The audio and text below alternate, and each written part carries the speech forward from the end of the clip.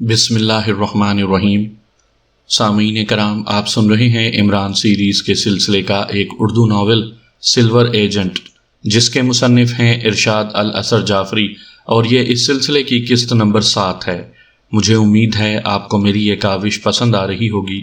آپ نے اگر ابھی تک میرا چینل کہانی گھر سبسکرائب نہیں کیا تو ابھی میرے چینل کو سبسکرائب کر کے بیل نوٹیفیکیشن آن کر لیجئے تاکہ آنے والی ہر نئی کہانی کی اطلاع بر وقت آپ تک پہنچ سکے۔ چیف، کیا سنگھی اور تھیریسیا عمران صاحب اور مس جولیا کو زیرو لینڈ لے گئے ہیں؟ صفدر نے پوچھا۔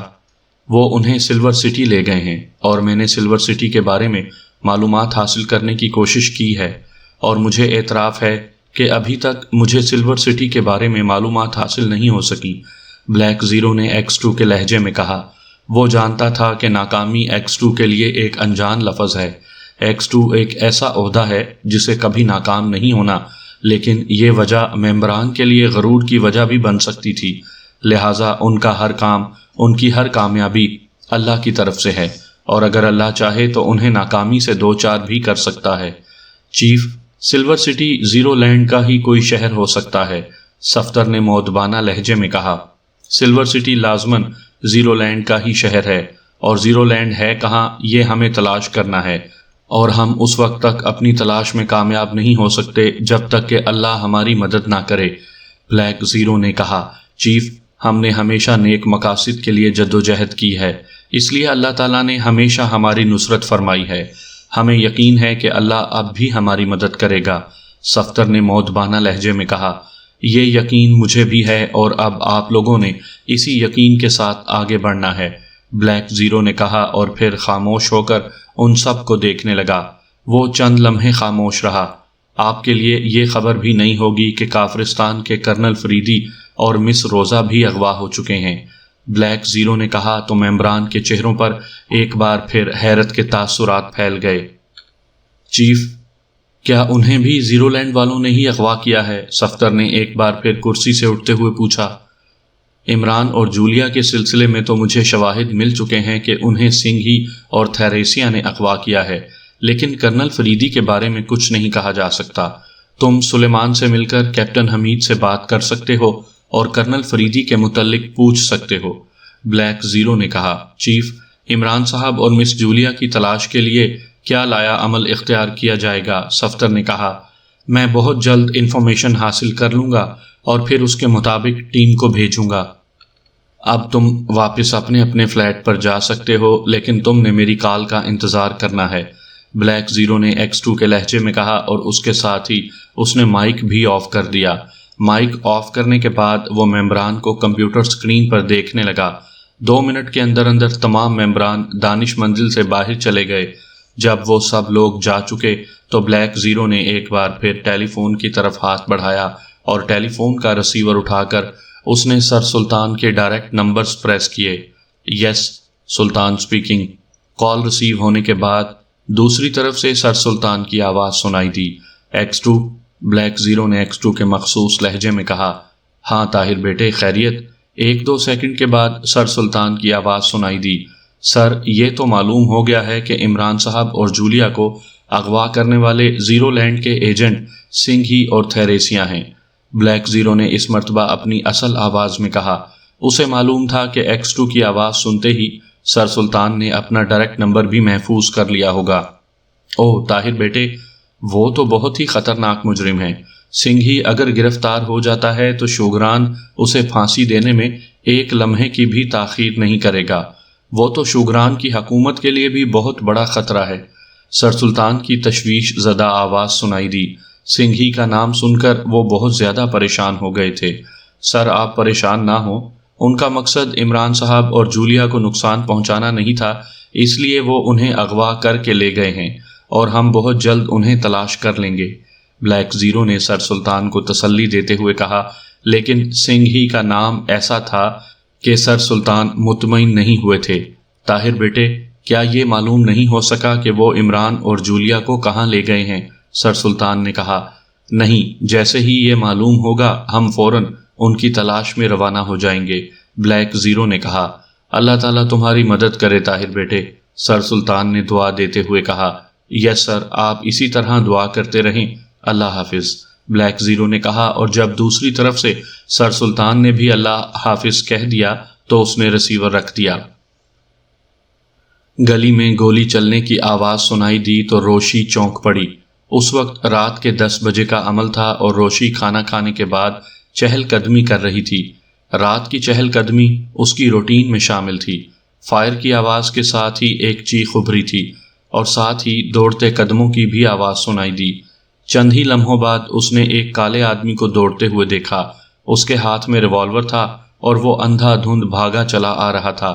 جیسے ہی وہ روشی کے قریب پہنچا، اس نے خونی نظروں سے روشی کو دیکھا اور دوڑتے ہوئے اس نے ریوالور کا رخ روشی کی طرف کر دیا۔ روشی نے جان بوجھ کر چہرے پر خوف کے تاثرات پیدا کر لیے اور پھر چیخ مار کر زمین پر گر گئی۔ کالا آدمی اس پر فائر کیے بغیر دوڑتا ہوا دور چلا گیا۔ روشی اچھل کر کھڑی ہو گئی۔ یہ ایکریمیا تھا اور ایسے واقعات یہاں کی روٹین میں شامل تھے۔ کالے اور گورے کا تعصب یہاں بہت زیادہ تھا اور ویران جگہ دیکھتے ہی کالے آدمی گورے آدمی کو روک لیتے تھے۔ غاصب گورے، ہماری دولت جو تمہارے پاس ہے اس میں سے ہمارا حصہ دو۔ کالے آدمی گورے آدمی سے مطالبہ کرتے تھے اور گورے آدمی کو کچھ نہ کچھ دینا ہی پڑتا تھا۔ مزاحمت پر یا جیب میں سے کچھ برآمد نہ ہونے پر کالا آدمی گورے آدمی کو چاقو، خنجر یا گولی بھی مار دیتا تھا۔ کھڑے ہونے کے بعد روشی بجلی کسی تیزی سے آگے بڑھی۔ اس کا مقصد تھا کہ کالا آدمی جسے گولی مار کر بھاگا ہے، اگر وہ زندہ ہے تو اس کی مدد کر سکے۔ 1-2 سیکنڈ بعد ہی اس کی نظر ایک آدمی پر پڑی جو زمین پر گرا ہوا تھا اور اس کے جسم سے خون بہہ رہا تھا۔ روشی نے فوراً ہی اس آدمی کو سیدھا کیا اور پھر اس کا چہرہ دیکھ کر چونک پڑی، کیونکہ وہ پروفیسر جیفرے تھا جو اس کا استاد بھی تھا۔ گولی اس کے پیٹ میں لگی تھی اور وہ بے ہوش ہو چکا تھا۔ روشی نے جلدی سے سیل فون نکالا اور ریسکیو ایمبولنس کو فون کیا۔ تقریباً 3 منٹ بعد ہی ایمبولنس وہاں پہنچ گئی۔ ایمبولنس کے عملے نے فوراً ہی پروفیسر جیفرے کو اٹھا کر ایمبولنس میں لٹا دیا تھا۔ تقریباً 10 منٹ بعد ایمبولنس ہسپتال پہنچ گئی اور پروفیسر جیفرے کو آپریشن تھیٹر لے جایا گیا، جہاں تقریباً آدھا گھنٹہ لگا اور ڈاکٹرز نے اس کا آپریشن کر کے گولی نکال دی اور وہ خطرے سے باہر نکل آیا۔ آپریشن کے بعد اسے روم میں شفٹ کر دیا گیا۔ مس، زخمی سے آپ کا کیا رشتہ ہے؟ ڈاکٹر نے روشی سے پوچھا۔ میرا نام جینٹ ہے، یہ پروفیسر جیفرے ہیں، میں ان کی شاگرد رہی ہوں۔ میں ایک گلی سے گزر رہی تھی کہ میں نے انہیں زخمی دیکھا اور پھر میں نے ریسکیو ایمبولنس کو فون کیا، روشی نے چونکتے ہوئے کہا۔ اوہ، تو یہ پروفیسر ہیں، تھینک گاڈ، ان کی جان بچ گئی، ڈاکٹر نے چونکتے ہوئے کہا۔ جی ہاں، یہ ارضیات کے استاد ہیں اور اپنے مضمون میں اتھارٹی سمجھے جاتے ہیں اور ان کے اسٹوڈنٹس انہیں بہت پسند کرتے ہیں، روشی نے ڈاکٹر سے کہا۔ اوکے، ہم پولیس کو رپورٹ کر رہے ہیں، آپ پولیس کو اپنا بیان ریکارڈ کروا دیجئے گا، ڈاکٹر نے کہا۔ اوکے ڈاکٹر، پروفیسر صاحب میرے استاد ہیں اور ان کے صحت یاب ہونے تک میں ان کے ساتھ رہوں گی، روشی نے ڈاکٹر سے کہا۔ ویری فائن، ہمارے معاشرے میں تو ایسی مثالیں بہت کم ملتی ہیں، ڈاکٹر نے خوش ہوتے ہوئے کہا۔ کم ہی صحیح، بہرحال مل تو جاتی ہے نا، روشی نے مسکراتے ہوئے کہا۔ Okay, wish you good luck, doctor نے کہا اور پھر اپنے کمرے سے باہر چلا گیا۔ کچھ دیر بعد پولیس بھی آ گئی۔ روشی نے پولیس کو بھی بیان ریکارڈ کروا دیا اور پولیس واپس چلی گئی۔ آپریشن سے 2 گھنٹے بعد پروفیسر جیفرے کو ہوش آ گیا۔ سر، اب آپ کیسا محسوس کر رہے ہیں؟ روشی نے نرم لہجے میں پروفیسر جیفرے سے پوچھا۔ پروفیسر جیفرے چند لمحوں تک روشی کو غور سے دیکھتا رہا، پھر اس کی آنکھوں میں شناسائی پیدا ہوئی۔ تم تو میری اسٹوڈنٹ رہی ہو، پروفیسر جیفرے نے روشی سے کہا۔ یس سر، یونیورسٹی میں آپ 2 سال تک میرے استاد رہے ہیں، روشی نے کہا۔ ہاں، قابل شاگرد استاد کو یاد رہ جاتے ہیں، تم بھی بہت ہی قابل تھیں، تم نے یونیورسٹی میں ٹاپ کیا تھا، پروفیسر جیفرے نے اس بار مسکراتے ہوئے کہا۔ میری تمام قابلیت میرے اساتذہ کی محنت سے تھی سر، ورنہ میں تو کچھ بھی نہیں تھی، روشی نے کہا۔ زمانہ طالب علمی میں بھی تم سعادت مند بچی تھیں اور آج بھی ویسی ہی ہو۔ بہرحال یہ بتاؤ کہ میں ہسپتال تک کیسے پہنچا اور کیا تم اس ہسپتال میں ملازم ہو؟ پروفیسر جیفرے نے کہا۔ نہیں سر، میں ہسپتال کی ملازم نہیں ہوں، میں گلی سے گزر رہی تھی کہ میں نے فائر کی آواز سنی اور پھر میں نے ایک کالے آدمی کو گلی میں بھاگتے دیکھا۔ میں اگر خوف زدہ ہو کر گلی میں گر نہ پڑتی تو شاید وہ کالا آدمی مجھے بھی گولی مار دیتا۔ جب کالا آدمی بھاگ گیا تو میں اٹھ کر آگے بڑھی اور پھر میری نظر آپ پر پڑی۔ میرا ارادہ یہی تھا کہ میں ریسکیو ایمبولنس کو فون کر کے زخمی کے بارے میں بتاؤں، لیکن جب میں نے آپ کو دیکھا تو میں آپ کے ساتھ ہی آ گئی۔ روشی نے کہا، تھینک یو مائی ڈیئر، تم نے نہ صرف میری جان بچائی بلکہ میری خاطر یہاں ہسپتال بھی آ گئیں۔ پروفیسر جیفرے نے روشی کا شکریہ ادا کرتے ہوئے کہا، سر، آپ نے مجھے علم جیسی دولت سے سرفراز کیا، اتنا تو میرا فرض بنتا تھا کہ میں آپ کی خدمت کرتی۔ روشی نے پروفیسر جیفرے سے کہا تو وہ جذباتی ہو گیا اور اس کی آنکھوں میں نمی آ گئی۔ ایک استاد کے لیے اس سے بڑھ کر اور خوشی کی بات کیا ہو سکتی ہے کہ اس کے شاگرد اس کی اتنی عزت کریں۔ پروفیسر جیفرے نے جذباتی لہجے میں کہا۔ روشی نے اس کی بات کا کوئی جواب نہیں دیا۔ سر، ہمارے ملک میں گورے اور کالے کا تعصب تو بہت زیادہ ہو گیا ہے۔ روشی نے چند لمحے خاموش رہنے کے بعد پروفیسر جیفرے سے کہا تو اس نے انکار کی صورت میں سر ہلایا۔ نہیں مائی ڈیئر، یہ تعصب کی واردات نہیں تھی۔ پروفیسر جیفرے نے کہا، یہ تعصبانہ واردات نہیں تھی، پھر اس کالے آدمی سے آپ کی کیا دشمنی تھی؟ روشی نے حیرت سے کہا۔ روشی کی بات سن کر پروفیسر جیفرے سوچ میں ڈوب گیا۔ سر، کیا کوئی اہم معاملہ ہے؟ روشی نے پروفیسر جیفرے کو سوچ میں گم دیکھا تو پوچھا۔ ہاں، بہت ہی اہم معاملہ ہے، اور سوچ رہا ہوں کہ تمہیں بتاؤں یا نہ بتاؤں۔ اگر میں نے تمہیں بتا دیا تو میرے ساتھ ساتھ تمہاری زندگی بھی خطرے سے دوچار ہو جائے گی۔ پروفیسر جیفرے نے کہا، سر آپ ضرور بتائیں، میں کوئی کمزور لڑکی نہیں ہوں جو کسی سے ڈر جاؤں۔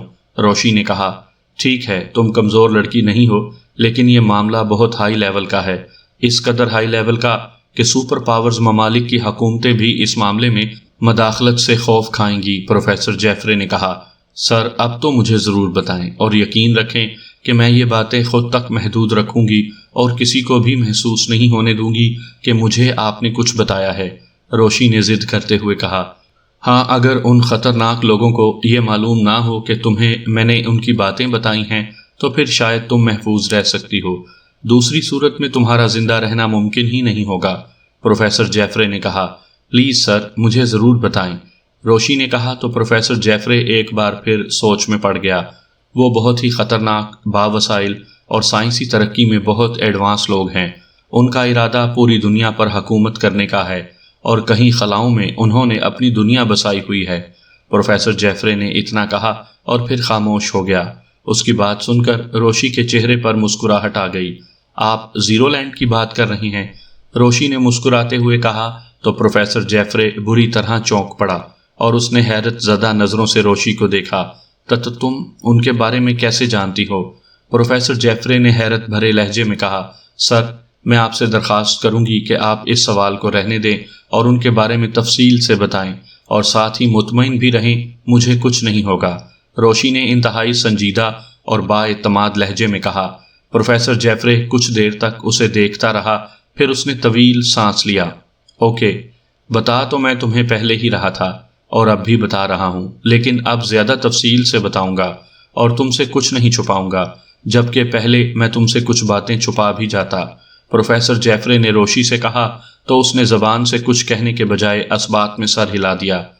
یہ زیرو لینڈ والے باصلاحیت لوگوں کو بہت زیادہ دولت دے کر اپنے ساتھ ملا لیتے ہیں، اور مجھے اعتراف ہے کہ انہوں نے مجھے بھی خرید لیا اور یہ مجھے اپنے ساتھ لے گئے تھے۔ پروفیسر جیفرے نے کہا تو روشی بری طرح چونک پڑی۔ کیا مطلب؟ کیا آپ زیرو لینڈ گئے تھے؟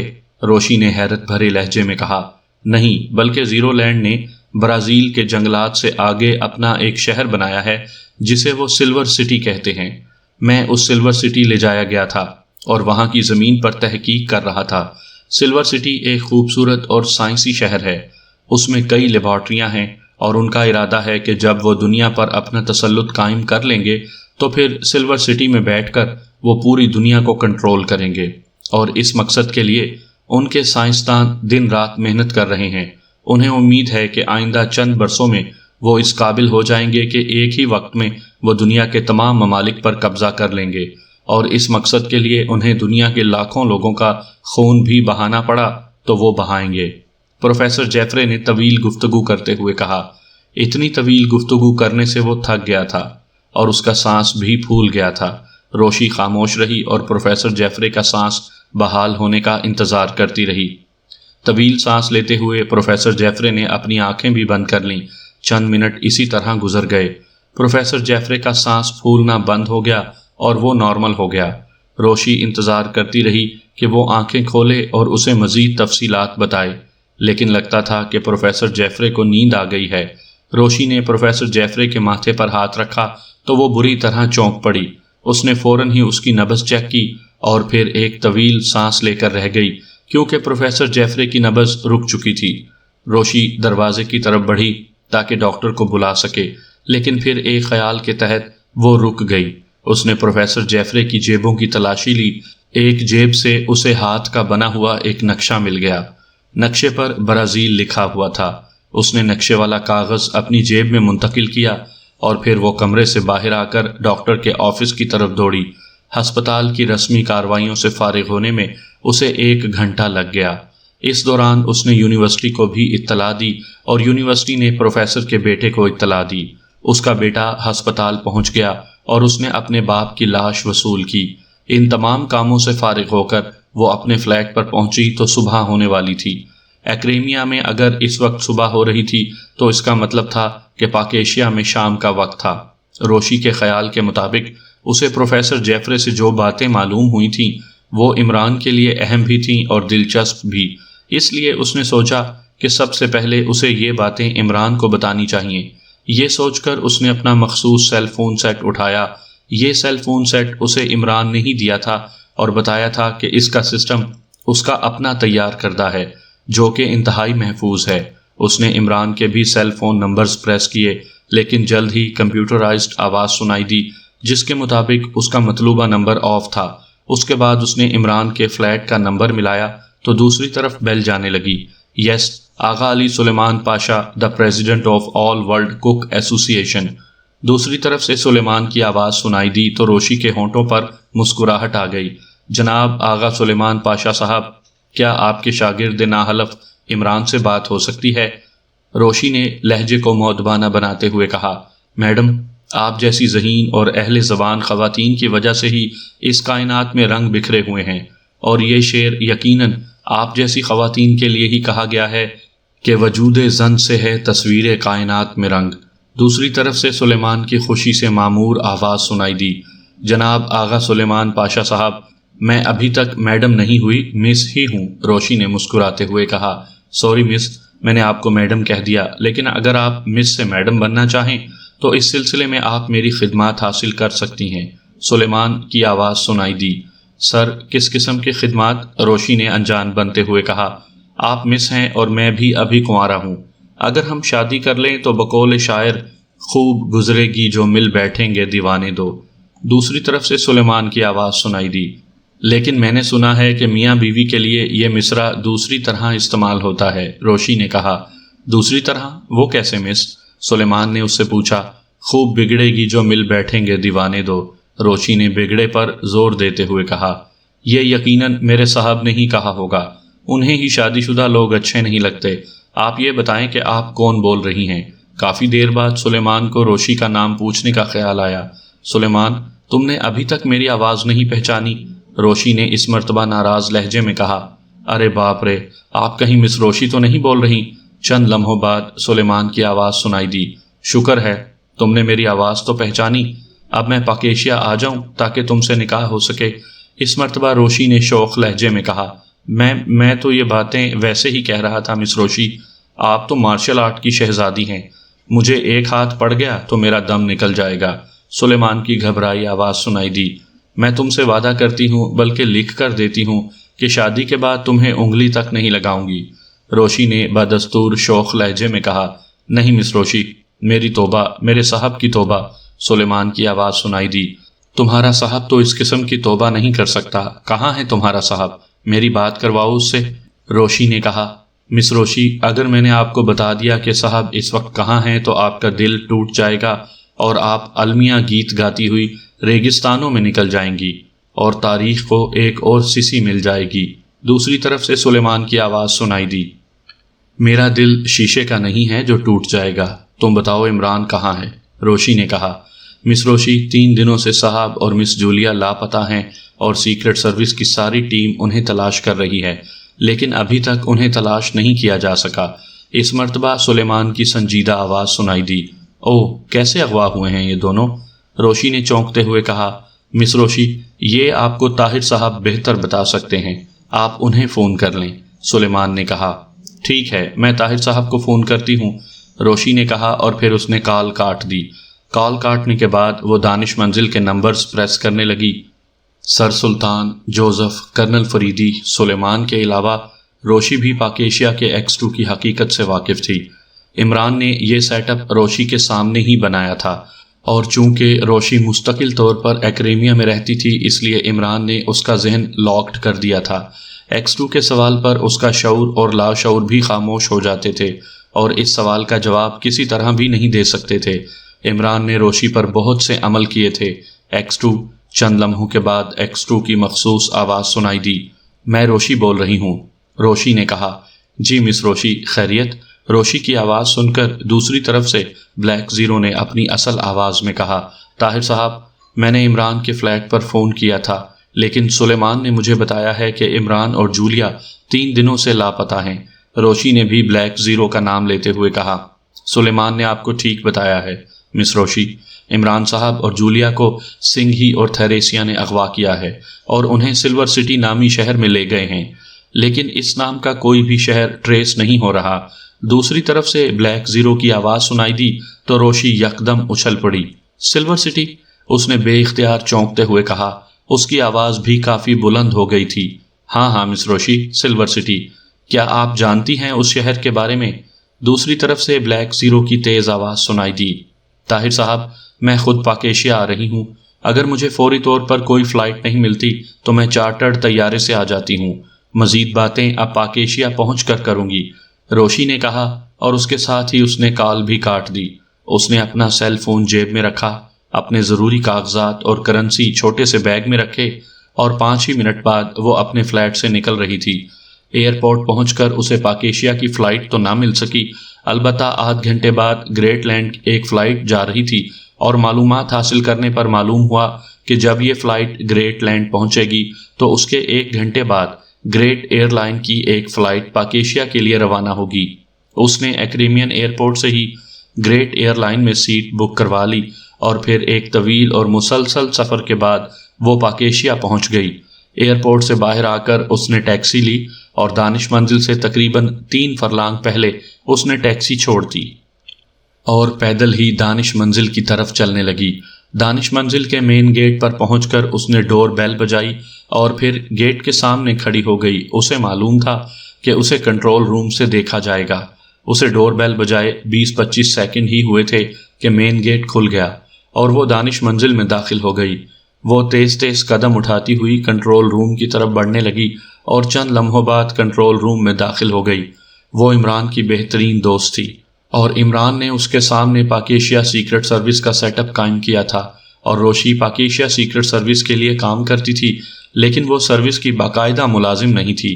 اس لیے بھی بلیک زیرو اسے ماتحت نہیں سمجھتا تھا، بلکہ اس کا احترام کرتا تھا۔ اس لیے جیسے ہی وہ کنٹرول روم میں داخل ہوئی، بلیک زیرو نے اپنی کرسی سے اٹھ کر اس کا استقبال کیا۔ مس روشی، آپ مجھے فون کر دیتی، میں آپ کو ایئرپورٹ پر ریسیو کر لیتا۔ رسمی سلام دعا کے بعد بلیک زیرو نے روشی سے کہا، اور اس کے ساتھ ہی اسے کرسی پر بیٹھنے کا اشارہ بھی کیا۔ آپ ہمارے چیف ہیں، اور چیف بھی ایسے جن کے نام سے دنیا کانپتی ہے۔ میں کیسے آپ کو حکم دیتی کہ آپ ایئرپورٹ پر مجھے ریسیو کر لیں؟ روشی نے مسکراتے ہوئے کہا۔ آپ تو مجھے شرمندہ کر رہی ہیں مس روشی، میں تو ڈمی چیف ہوں، اصل چیف تو عمران صاحب ہیں، اور انہیں X2 بنانے میں آپ کا بھی کچھ حصہ ہے۔ بلیک زیرو نے واقعی شرمندہ سے لہجے میں کہا۔ اچھا طاہر صاحب، ان باتوں کو چھوڑیں اور مجھے عمران اور جولیا کے اغوا کے بارے میں بتائیں، روشی نے کہا۔ میں چائے بنا لاؤں، پھر تفصیل سے ڈسکس کرتے ہیں، بلیک زیرو نے روشی سے کہا۔ پھر وہ اٹھ کر کچن میں چلا گیا۔ 4-5 منٹ بعد وہ واپس آیا تو اس نے ایک چھوٹی سی ٹرے میں چائے کے 2 کپ رکھے ہوئے تھے۔ ایک کپ اس نے روشی کے سامنے میز پر رکھ دیا اور دوسرا اپنے سامنے رکھ لیا۔ چائے پینے کے دوران ہی اس نے روشی کو عمران اور جولیا کے اغوا کے بارے میں بتایا۔ اس کے بعد روشی نے بھی پروفیسر جیفرے کے ملنے اور اس کے ساتھ ہونے والی تمام باتیں بلیک زیرو کو بتا دیں۔ وہ نقشہ کہاں ہے جو پروفیسر جیفرے کی جیب سے ملا ہے؟ بلیک زیرو نے روشی سے پوچھا۔ روشی نے جیب میں ہاتھ ڈالا اور پھر ایک کاغذ نکال لیا۔ کاغذ کی ایک طرف نقشہ بنا ہوا تھا اور دوسری طرف ایک تحریر میں بتایا گیا ہے کہ سلور سٹی کے ایک سائڈ پر دنیا کا خطرناک ترین صحرا ہے، ایک طرف لامحدود جنگلات ہیں جو ابھی تک تہذیب سے دور ہیں، ان میں جو وحشی قبیلے آباد ہیں وہ آدم خور ہیں، تیسری طرف بلند و بالا پہاڑ ہیں اور یہ ایسے پہاڑ ہیں جن پر ابھی تک انسانی قدم نہیں پہنچے، اور چوتھی طرف سمندر ہے، برازیل سے بھی کہیں آگے ہے۔ کہاں ہے یہ نہیں بتایا، یہ ہمیں تلاش کرنا پڑے گا۔ روشی نے نقشہ میز پر رکھنے کے بعد طویل گفتگو کرتے ہوئے کہا۔ بلیک زیرو نقشے پر جھک گیا اور غور سے دیکھنے لگا۔ 3-4 منٹوں تک نقشہ دیکھنے کے بعد اس نے ایٹلس اٹھا کر اسے بھی غور سے دیکھا۔ اس کے بعد اس نے انٹرنیٹ کنیکٹ کیا اور اس میں بھی دنیا کا نقشہ سامنے ملا کر اسے دیکھنے لگا۔ یہاں سے تو کچھ پتہ نہیں چل رہا، لیکن انشاءاللہ برازیل پہنچ کر ہم سلور سٹی تلاش کر لیں گے۔ کچھ دیر تک انٹرنیٹ پر مختلف ویب سائٹس وزٹ کرنے کے بعد بلیک زیرو نے روشی سے کہا، جی ہاں، تحریر میں بھی لکھا ہوا ہے کہ سلور سٹی ایسی جگہ بنایا گیا ہے جہاں انسان پہنچ ہی نہیں سکا تھا۔ زیرو لینڈ والوں نے اپنی خصوصی مشینری، آلات اور سیٹلائٹ استعمال کی اور ان کی نظر میں یہ جگہ آئی اور انہوں نے اسے سلور سٹی کے لیے منتخب کر لیا، اور پھر نہ صرف سلور سٹی آباد کیا بلکہ چاروں طرف سے ایسے انتظامات کر دیے کہ کوئی بھی جاندار، چاہے وہ مکھی ہی کیوں نہ ہو، اس شہر میں داخل نہیں ہو سکتی۔ روشی نے بلیک زیرو سے کہا۔ بلیک زیرو نے اثبات کے انداز میں سر ہلایا اور پھر اس کاغذ کو پلٹا۔ دوسری طرف واقعی تحریر موجود تھی۔ بلیک زیرو اس تحریر کو پڑھنے لگا۔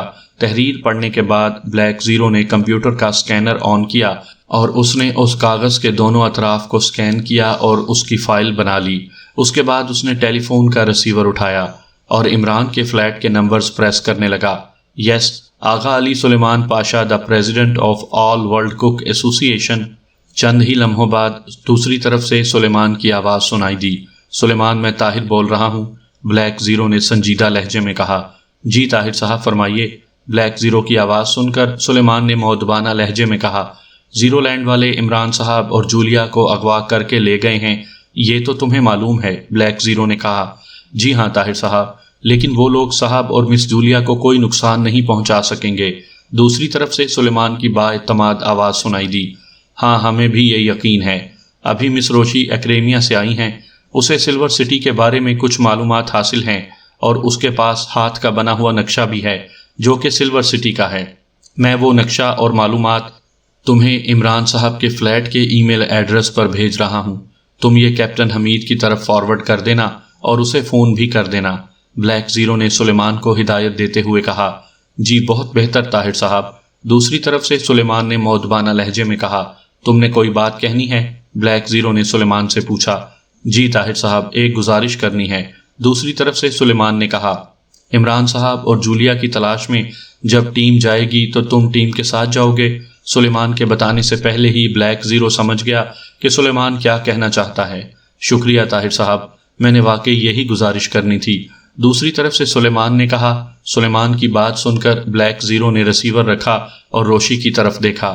طاہر صاحب، نقشہ اور معلومات آپ نے کیپٹن حمید کو کیوں بھجوائی ہیں؟ روشی نے بلیک زیرو سے پوچھا۔ صرف عمران صاحب اور جولیا ہی اغوا نہیں ہوئے بلکہ کرنل فریدی صاحب اور روزہ بھی اغوا ہو چکے ہیں، اور انہیں بھی زیرو لینڈ والوں نے ہی اغوا کیا ہے، بلیک زیرو نے روشی سے کہا۔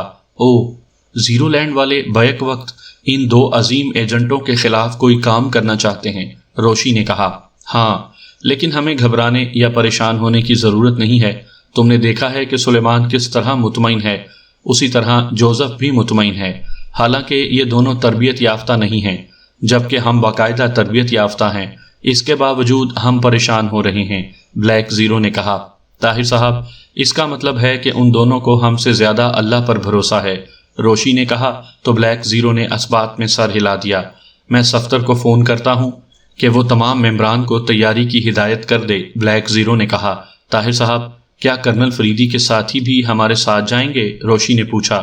نہیں، ان کا طریقہ کار اور مزاج ہماری ٹیم سے مختلف ہے۔ انہیں اطلاع بھیجنے کا مقصد صرف یہ ہے کہ اگر وہ لوگ بھی جانا چاہیں تو چلے جائیں۔ بلیک زیرو نے کہا تو روشی نے اثبات میں سر ہلایا۔ بلیک زیرو نے ٹیلی فون کا ریسیور اٹھایا اور صفدر کے نمبر پریس کرنے لگا۔ صفدر سپیکنگ۔ دوسری طرف سے کال ریسیو ہونے کے بعد صفدر کی آواز سنائی دی، X2۔ بلیک زیرو نے X2 کے مخصوص لہجے میں کہا، یس چیف، حکم۔ X2 کی آواز سن کر صفدر نے مؤدبانہ لہجے میں کہا، صفدر، سلور سٹی کے بارے میں مجھے اطلاع ملی ہے کہ یہ برازیل سے آگے زیرو لینڈ والوں کا بنایا ہوا شہر ہے۔ تم تمام ممبران کو اپنے فلیٹ پر کال کر لو تاکہ میں تمہیں ہدایات دے سکوں۔ بلیک زیرو نے X2 کے مخصوص لہجے میں کہا اور پھر اس نے صفدر کی بات سنے بغیر کریڈل دبا دیا۔